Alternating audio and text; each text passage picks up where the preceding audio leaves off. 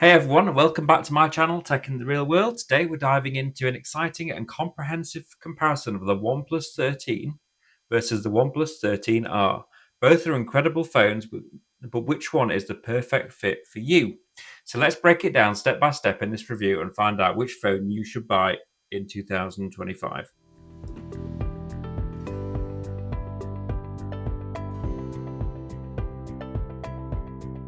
So the first thing we're going to go over on these phones is design and build quality of both, and compare them side by side and see which one is necessarily better or what the differences are. So um, let's start with the OnePlus 13. So it's got a very we've been over this in the main review, so I'm not going to go into too much detail, but we've got a very sleek vegan leather back, lovely aluminium finishes around the side.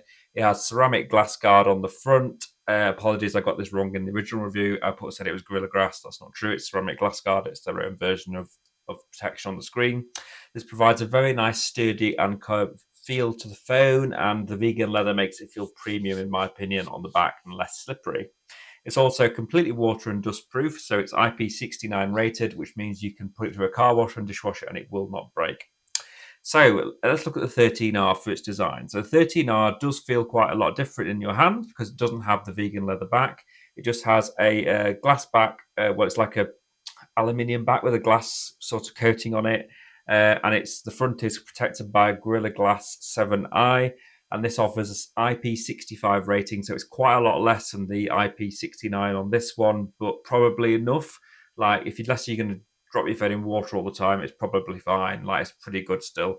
It should just means it won't withstand like water jets and high pressure, and it's just a bit less durable than the 13. That's all. So that's they both feel like solid phones. The design is very nice on both of them. They just do feel a bit different because the leather back on this one makes it feel a bit more premium, and this one just feels a little bit more with its sort of squared off design as well. It feels a bit more like an iPhone really than anything else, whereas this just feels a bit different. So that's quite nice. The ergonomic feel of both devices is pretty impressive overall, I'd have to say. And OnePlus 13 actually has a bit more heft to it because of its build quality. So it's actually a bit heavier. So if you're after a lighter phone, the 13R may suit you. This is really light and it's reflected in the weight on the phone. It feels really light. So the 13R is no slouch in comfort and use and daily use, particularly for those who prefer a lighter device, as I've just said. So it may be worth doing it if you're after a lighter phone.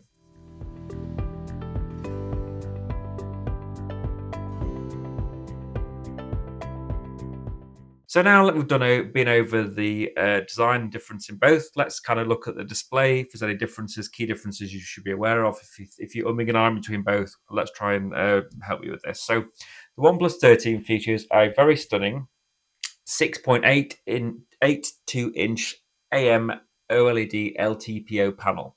So with QHD plus resolution. So what does that mean? So basically, it has an LTPO panel, so it can go from 1 hertz to 120 hertz.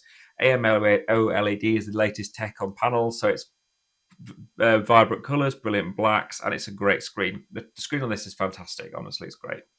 And it has 4,500 nits of peak brightness, which is really, really bright. So outside in sunlight, you can use it and you won't have any problems with it at all. So it's great for consuming HDR content because you've got good peak brightness there. And I've just mentioned outdoor activities.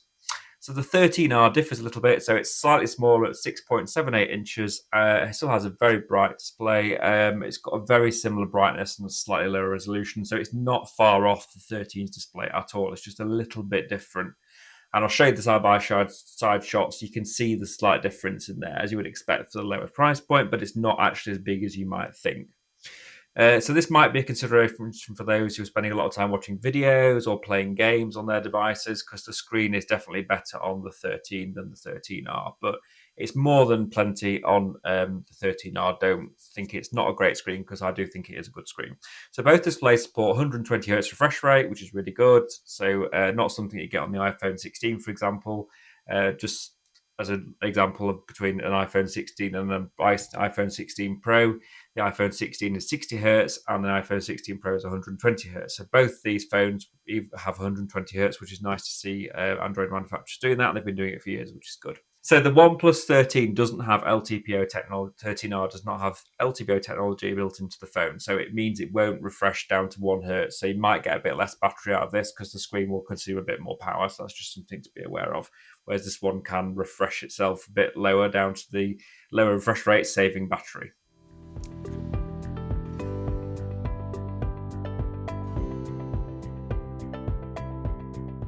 So now we've looked at the display, let's look at the performance and specification differences on these phones, because it's not as big as you might think for the price difference. So the OnePlus 13 is equipped with the Snapdragon 8 Elite chipset, which is Snapdragon's fastest CPU they've made at the moment, and they're putting in all the big flagships. It's expected to be in the S25 Samsung when it comes out this week. And it's paired with so you can either the 13 you can choose it with either 12 gigs of RAM or 16 gigs of RAM depending on your storage option. So if you go for the 256 gigabytes of storage, it comes with 12 gigs of RAM. If you go for the 512 gigabytes of storage, it comes with 16 gigs of RAM. And the 13 R comes in one model, which is the 12 gigabytes of RAM and 256 gigabytes of storage, and this is £679, whereas the OnePlus 13 starts at £899. So a couple of £100 difference between the phones, and not really much difference in terms of storage configurations and the RAM difference. I don't think you'll notice that much difference between 16 gigs and 12 gigs of RAM unless you're playing a lot of intensive games and have a lot of apps open at the same time. Yes, the Pixel lineup have put 16 gigs of RAM in their phone, but mainly for AI future proofing. So if you use a lot of AI apps, maybe you notice a difference. I've not really noticed a difference using phones between 12 gigs and 16 gigs. So it's not like a computer. It's really if you're into gaming, and obviously if you're into gaming, you're going to be going for the flagship anyway for the Snapdragon 8 Elite. So I think, honestly, both phones are plenty of power. You won't really notice the difference, but if you are a really power heavy user, you're going to have to go for the 13 because of the Snapdragon 8 Elite. And for those of you who are heavy multitaskers, that extra power of that 8 Elite chip is noticeable when you're doing lots of apps. But having said that, the 8 Gen 3 is not a bad CPU at all. So I think this is where the line's quite thin on this, because this is the thinnest line on the OnePlus 13 series. So between the R and the 13. So the actual CPU in both is really good, and I think in day-to-day use you won't notice that much difference. But if you really push the phones, obviously the OnePlus 13 with the Snapdragon 8 Elite is going to be the more powerful phone. So it's just something to consider when you're looking between these phones. It's hard to say for sure which one is right for you, depending on what you do with your phone. So just bear that in mind, that you can have the latest CPU in the 13 and you're going to have a year-old CPU in this one, which is fine. It's fine, but just bear that in mind when you're choosing the phone.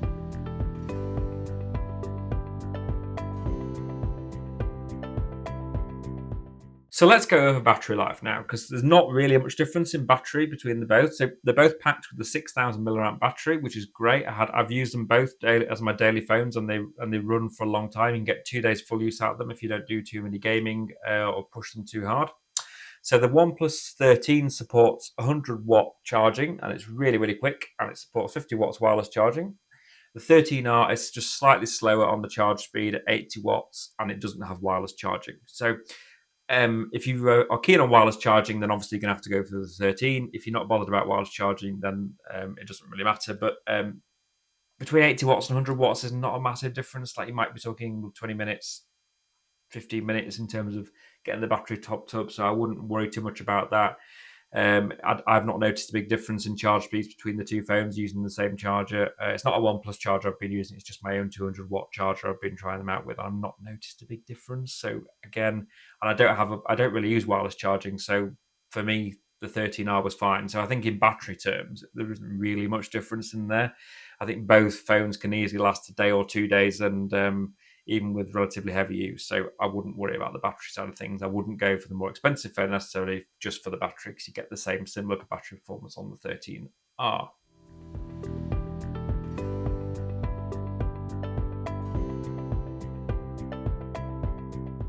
Now let's move on to the cameras, because this is one of the most important areas. I think this is where there are key differences between the phones, and this is where OnePlus have made the cuts to bring the price down on the 13R. So whether you're bothered about the cameras or not is entirely what you do with the phone. So if you're a keen smartphone photographer, I would definitely recommend going for the 13.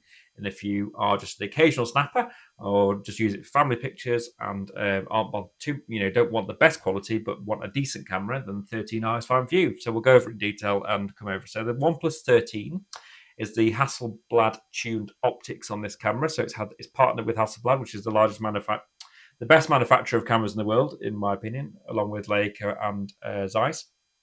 And it features three 50 megapixel lenses, which I went over in the review before, and I won't do it again. And it has a 32 megapixel selfie camera, which is really good. It's one of the best selfie cameras I've tried on any phone.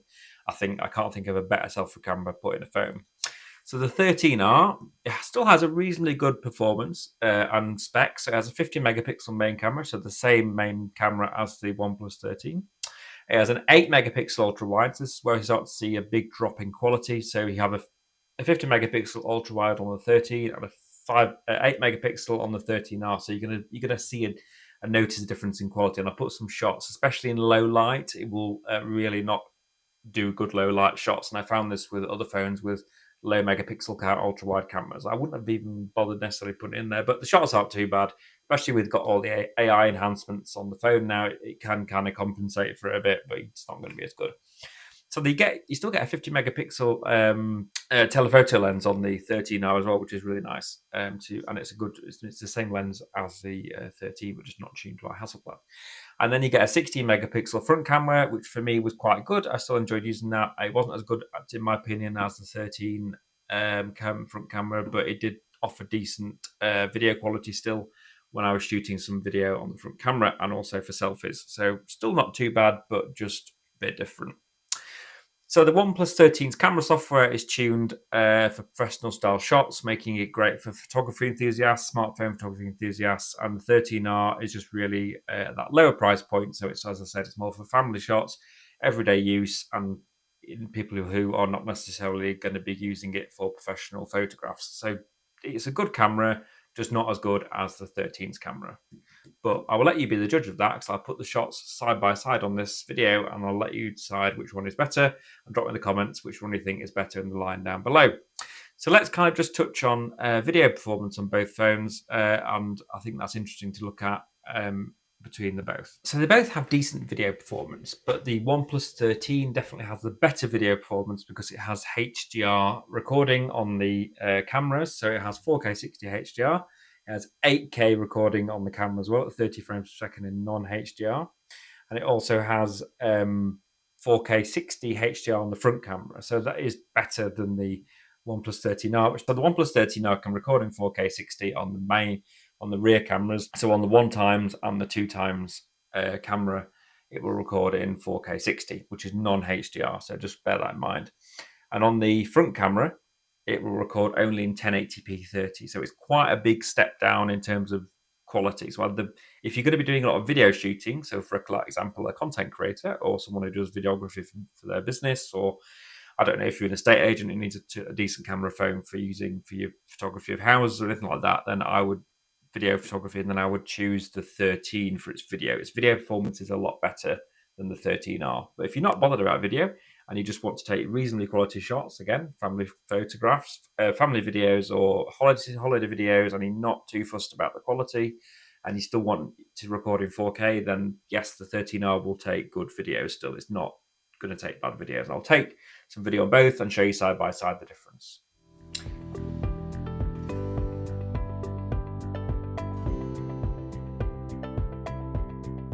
So software-wise, they both run Oxygen OS and based on the latest Android 15. So there's no difference software-wise on these phones. They both use AI enhancements for different things, and they both have the similar AI features on there. So it's very, very similar. I've not noticed any difference on the AI side of things. You still get the full Google suite of AI software like Gemini, and it works really well. And Oxygen OS seems really smooth on both. So no issues there on the software side of things. So there's no real difference on the software. You're not paying anything extra to get with the software side of things. So the OnePlus 13 does offer a few differences in terms of gaming. So it has a gaming mode on it, slightly better haptic feedback, and things like that. So just a bit more. It just feels a bit more premium. That's what definitely what OnePlus are going for with the 13. Just as well as the design, just that extra haptic feedback. that advanced gaming modes, it just feels a bit more premium. So obviously, if you're a gamer, you're going to want the best specs. You're probably going to go for the 13 anyway. And also, it has enhanced sound quality with Dolby Atmos, so it just sounds better as well. Whereas that one doesn't sound, the 13R doesn't sound quite as good as the 13 plus as the 13. So just things to bear in mind. Again, going back to my point, think about what you do with the phone and what you use it for before you make the decision which one to buy. Right, so let's conclude this and wrap this up because I think we've been over this.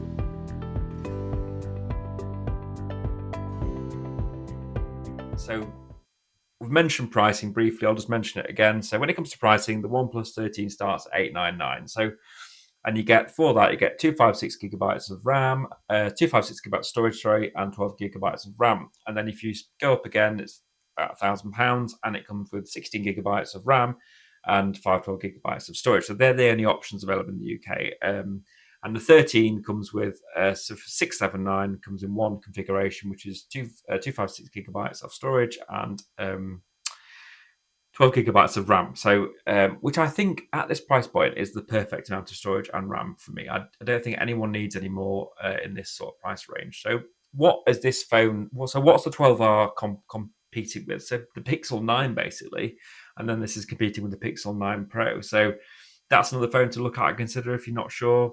They are more expensive, and then you've got the Pixel 9a coming out soon, hopefully. So, I think in terms of the A series, I do feel like the OnePlus 12 13R offers more for your money because the Pixel cameras are really good, but I think the OnePlus 13R just has the edge on the camera side of things, maybe, and just feels a bit more.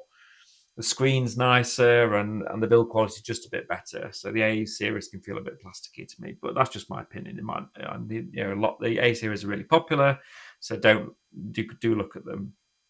So I think overall, the OnePlus 13 offers the premium experience that people want. So if you're after a premium flagship experience, to my opinion, you're not going to get that in the 13R. It just feels a bit lesser experience just from the moment you pick it up, the moment you use it. So that's not me saying it's a bad phone. It just doesn't feel like a premium flagship smartphone, and that's reflected in the price. So if you want a premium flagship smartphone with the absolute best cameras, the fastest CPU, the best gaming performance, you're going to have to go for the 13 and spend the money. The 13R, on the other hand, delivers great value, especially if you're looking for a high-performance device without breaking the bank. So the reason why that is because they put a Snapdragon 8 Gen 3 CPU in it with a decent amount of RAM. So if you want, this phone will run the latest games, it will run the latest apps and everything. So, it's not far behind performance-wise in terms of this. But so if you're going to do a bit of light gaming and everything like that, then fine, this will be absolutely fine. And it's got a great screen. The screen is really nice on it. So, and the battery is the same capacity as well. So, is it worth spending that extra £300 or £400 on the OnePlus 13? And that's not a decision I can make for you. I'm just presenting the facts here. But I think it falls into two segments here. So as I said before, I think for the premium users, yes, it's worth spending the money. And if you're not a premium user, you're not bothered about the cameras, then no, it's not.